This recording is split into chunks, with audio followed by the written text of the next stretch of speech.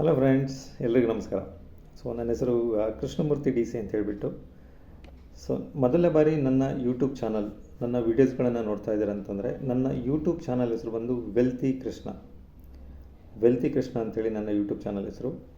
ನೀವು ಸಬ್ಸ್ಕ್ರೈಬ್ ಮಾಡ್ಕೊಳ್ಳಿ, ಜೊತೆಗೆ ಬೆಲ್ ಐಕನ್ನ ಪ್ರೆಸ್ ಮಾಡಿ. ಯಾಕೆಂತ ಹೇಳಿದ್ರೆ ನಾನು ಪ್ರತಿ ವಾರ ಅಥವಾ ಪ್ರತಿ ವಾರಕ್ಕೆ 2-3 ವೀಡಿಯೋಗಳನ್ನು ಅಪ್ಲೋಡ್ ಮಾಡ್ತಾ ಇರ್ತೀನಿ. ನಿಮಗೆ ನೋಟಿಫಿಕೇಷನ್ ಬರುತ್ತೆ ನಾನು ವೀಡಿಯೋ ಅಪ್ಲೋಡ್ ಮಾಡಿದಾಗ. ಜೊತೆಗೆ ಯಾವುದು ಟಾಪಿಕ್ ಕಂಟೆಂಟ್ಗಳನ್ನು ನಾನು ಮಾತಾಡ್ತಾ ಇದ್ದೀನಿ ಅದು ನಿಮಗೆ ಮತ್ತು ನಿಮ್ಮ ಫ್ಯಾಮಿಲಿಗೆ ಅಥವಾ ನಿಮ್ಮ ಫ್ರೆಂಡ್ಸಿಗೆ ತುಂಬ ಉಪಯೋಗ ಆಗುವಂಥ ಮಾಹಿತಿಗಳನ್ನ ನಾನು ಕೊಡ್ತಾ ಇದ್ದೀನಿ.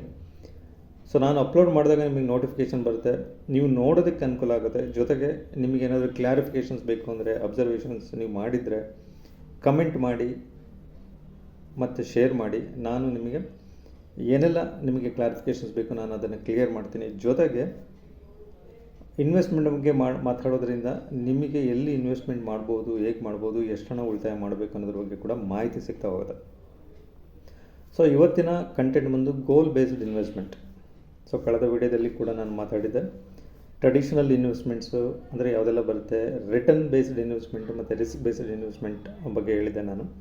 ಮತ್ತು ಗೋಲ್ ಬೇಸ್ಡ್ ಇನ್ವೆಸ್ಟ್ಮೆಂಟಲ್ಲಿ ಯಾವುದೆಲ್ಲ ಬರುತ್ತೆ ಅಂತ ಕೂಡ ನಾನು ಹೇಳಿದೆ. Identification your goals, qualifying your goals ಮತ್ತು designing your action and forms and focus on your goals and investment ಬಗ್ಗೆ ಅಂತಬಿಟ್ಟು. ಏನಕ್ಕೆ ಗೋಲ್ ಬೇಸ್ಡ್ ಇನ್ವೆಸ್ಟ್ಮೆಂಟ್ ಬೇಕು, ವೈ ಅಂತ ನೋಡೋದಾದರೆ, ನಿಮ್ಮ ಗೋಲ್ಸ್ಗಳು ಅಥವಾ ನೀವೇನು ಅಂದ್ಕೊಂಡಿರ್ತೀರ ಅಂದರೆ ನೆಕ್ಸ್ಟ್ ಅಂದರೆ ಮುಂದಿನ 6 ತಿಂಗಳಲ್ಲಿ ನಾನು ಕಾರ್ ತೊಗೊಳ್ಬೇಕು ಅಂತಿದ್ರೆ, ಅಥವಾ ಮುಂದಿನ 6 ತಿಂಗಳಲ್ಲಿ ನಮ್ಮ ಮಕ್ಕಳಿಗೆ ಎಜುಕೇಷನ್ ಫೀಸ್ ಕೊಡಬೇಕು ಅಥವಾ ಕಟ್ಟಬೇಕು ಅನ್ನೋದಿದ್ರೆ, ಅಥವಾ ನಿಮ್ಮ ಮಕ್ಕಳಿಗೆ ಬೈಕ್ ಕೊಡಿಸ್ಬೇಕು ಅಂತ ಏನಾದರೂ ನೀವು ಅಂದ್ಕೊಂಡಿದ್ರೆ, ಅದು ಫಿಕ್ಸ್ಡ್ ಗೋಲ್ ಇರೋದು.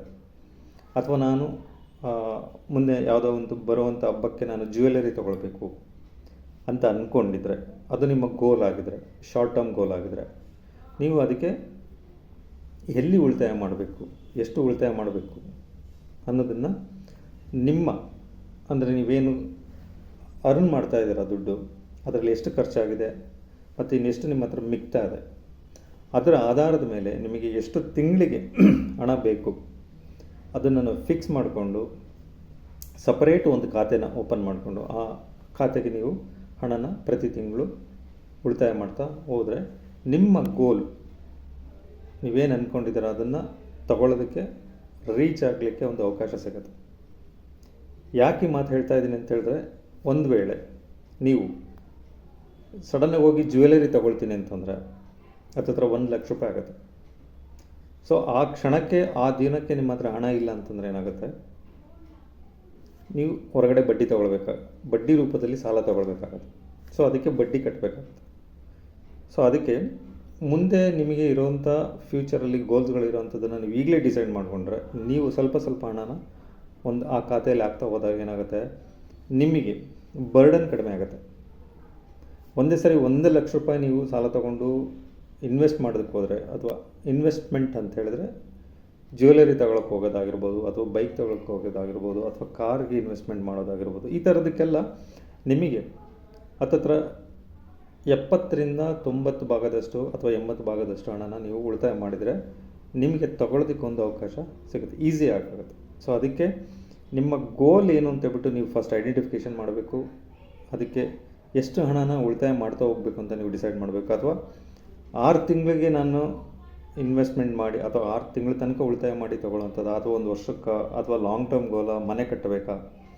ನೀವು ಯಾವ ಗೋಲ್ನ ಡಿಸೈಡ್ ಮಾಡ್ತೀರ, ಅದಕ್ಕೆ ಎಷ್ಟೆಷ್ಟು ಹಣ ತುಂಬಬೇಕು ಅನ್ನೋದನ್ನು ನೀವು ಡಿಸೈಡ್ ಮಾಡಿಕೊಂಡು ನೀವು ಸ್ಟಾರ್ಟ್ ಮಾಡಬೇಕಾಗುತ್ತೆ ಇನ್ವೆಸ್ಟ್ಮೆಂಟ್.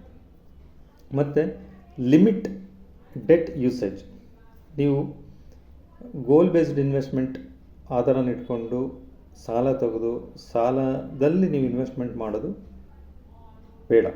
ಬಿಕಾಸ್ ಯಾಕೆಂತ ಹೇಳಿದ್ರೆ, ಸಾಲ ತಗೊಳ್ಬಾರ್ದು, ಬಡ್ಡಿ ಕಟ್ಟಬಾರ್ದು ಅನ್ನೋ ಉದ್ದೇಶಕ್ಕೆ ನಿಮಗೆ ಗೋಲ್ ಬೇಸ್ಡ್ ಇನ್ವೆಸ್ಟ್ಮೆಂಟ್ ಬಗ್ಗೆ ನಾನು ಮಾತಾಡ್ತಾ ಇದ್ದೆ.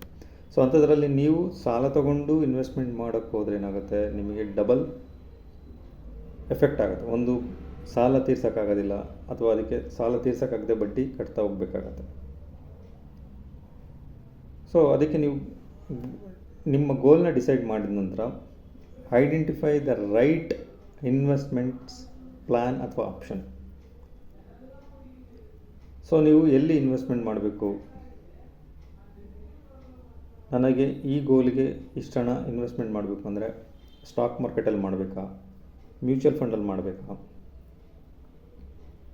ನನಗೆ ಎಲ್ಲಿ ರೇಟ್ ಆಫ್ ಇಂಟ್ರೆಸ್ಟ್ ಜಾಸ್ತಿ ಸಿಗುತ್ತೆ, ರಿಟರ್ನ್ಸ್ ಎಲ್ಲಿ ಸಿಗುತ್ತೆ, ಅದನ್ನು ನೀವು ಗೂಗಲಲ್ಲಿ ಸರ್ಚ್ ಮಾಡಿಯೋ ಅಥವಾ ನನ್ನ ವೀಡಿಯೋಗಳನ್ನು ನೋಡಿಯೋ ಅಥವಾ ನನ್ನ ವೀಡಿಯೋಗಳು ಅಲ್ಲದೇ ನೀವು ಕೂಡ ಸರ್ಚ್ ಮಾಡಿ ಎಲ್ಲಿ ಇನ್ವೆಸ್ಟ್ಮೆಂಟ್ ಮಾಡಿದರೆ ನಮಗೆ ಉತ್ತಮ, ನಮಗೆ ಎಲ್ಲಿ ರಿಟರ್ನ್ಸ್ ಜಾಸ್ತಿ ಬರುತ್ತೆ ಅನ್ನೋದನ್ನು ನೀವು ಯೋಚನೆ ಮಾಡಿ ಅಲ್ಲಿಗೆ ಇನ್ವೆಸ್ಟ್ಮೆಂಟ್ ಕೂಡ ಮಾಡಬೇಕು.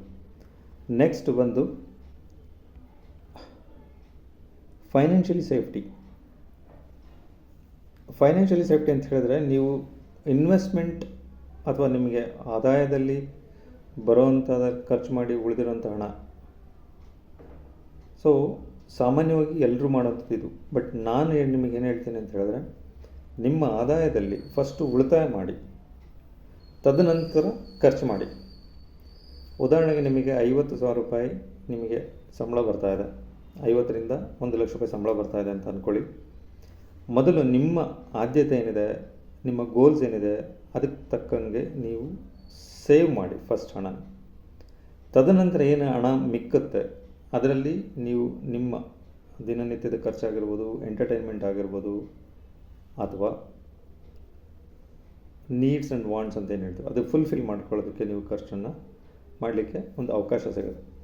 ಇಲ್ಲ ಅಂತಂದರೆ ಏನಾಗುತ್ತೆ ಅಂದರೆ, ನೀವು ಬಂದಿರೋ ಆದಾಯದಲ್ಲಿ ಖರ್ಚು ಮಾಡಿ ಉಳಿತಾಯ ಮಾಡ್ತೀನಿ ಅಂದರೆ